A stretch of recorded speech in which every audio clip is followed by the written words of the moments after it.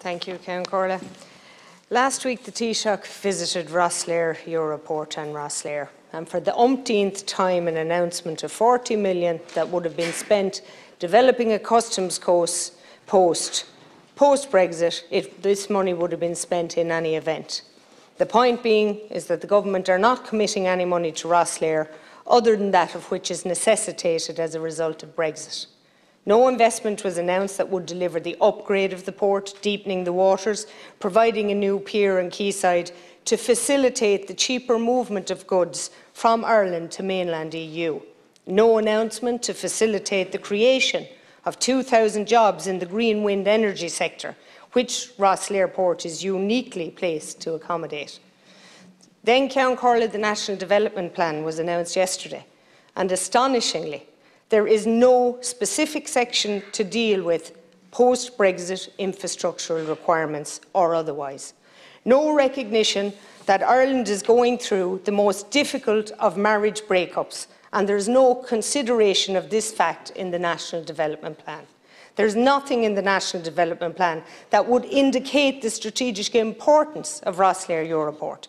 The announcement for the umpteenth time of a customs post in Rosslare is not an investment. It is part of our government's obligation to the EU, paid for by the EU. This, Count Corla, is symptomatic of what governments do. They don't invest in the country's most strategic piece of infrastructure to ensure sufficient capacity in our connectivity for commercial trade and tourists into the future, to ensure Ireland's competitiveness as a country on the periphery of the European mainland, to ensure that costs are kept to a minimum and within living wage rates. Before we are in the same position of the UK, with empty shelves and foodstuffs not being delivered, dairy farmers letting milk off down the drain because there's no drivers to collect it. The questions I have for you, Minister, are: what commitment can you give that this won't happen in Ireland? When will the Department of Transport get the finger out and recognise that non-EU HGV driver licences must be recognised in order to issue work permits? How long does it take for the government to recognise that they must invest in Rosslare Port as the most strategic piece of infrastructure to ensure competitiveness? Or, Minister, are we waiting for inflation to rise to 8 or 9% to make dinners on plates for the lower paid workers in Ireland completely unaffordable? If the Minister could respond. Thank you, Deputy Minister.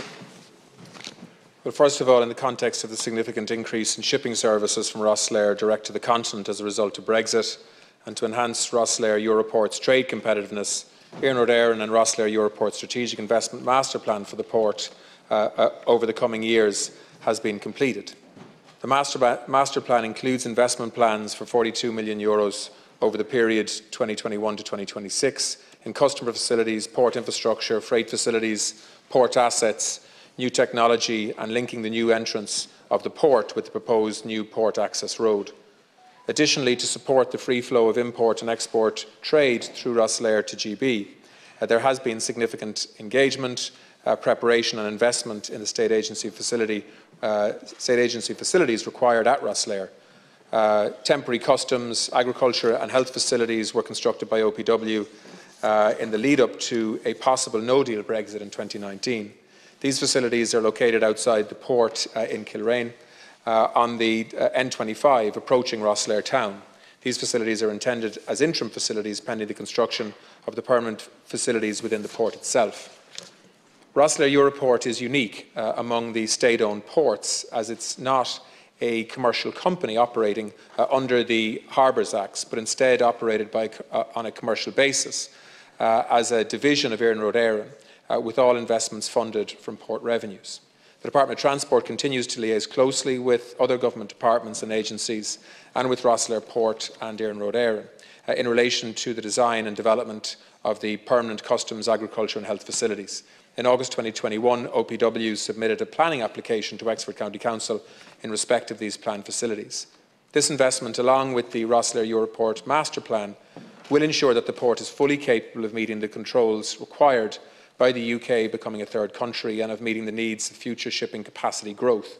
Rosslare, Europort and Iarn Road Éireann are working together with the OPW on the coordination of works required. The parallel plans will require close liaison to ensure that the port remains fully operational while construction works are ongoing. Thank you, Minister. You missed the point. The much-lauded 40 million that will be spent by the OPW constructing another customs post on top of the 11 million that was spent outside the port will only serve to take up room in an already congested port. Room that can be ill-afforded in a port that has increased traffic throughput by 400% post-Brexit. Does the Minister understand that the port needs urgent investment to ensure the country's imports and exports move freely, directly to mainland Europe? And the capacity increase, by the way, was nothing but discouraged by this government. The shipping company DFDS were told they weren't required, or those who facilitated DFDS. Your INDO report actually said that we would move as required. There are no ships. Capacity is not increased to where it should be, and our tourism will not return without it, and our commercial traffic will suffer greatly. What will it take for you to recognise it? Thank you, Deputy Minister. Sorry, Deputy, are you saying you don't want the 40 million euros investment? I'm saying it is taking up space. There's nothing wrong with where it is. All you have to do is ask the EU if we can extend the port confines and keep what we have that cost 11 million. The 40 million you're spending is only replacing that in the port area and taking up space. Deputy, with respect, we need to work with the port authorities there, and we are. It's pretty clear you don't understand, Minister. And I've been and spoken to the port authorities there. That's why that strategic investment has been part of the master plan for the port that was put in place by the port authorities there. So, I mean, we need a master plan that requires 200 million. I don't disagree with you that this is a port that we should see capital investment in.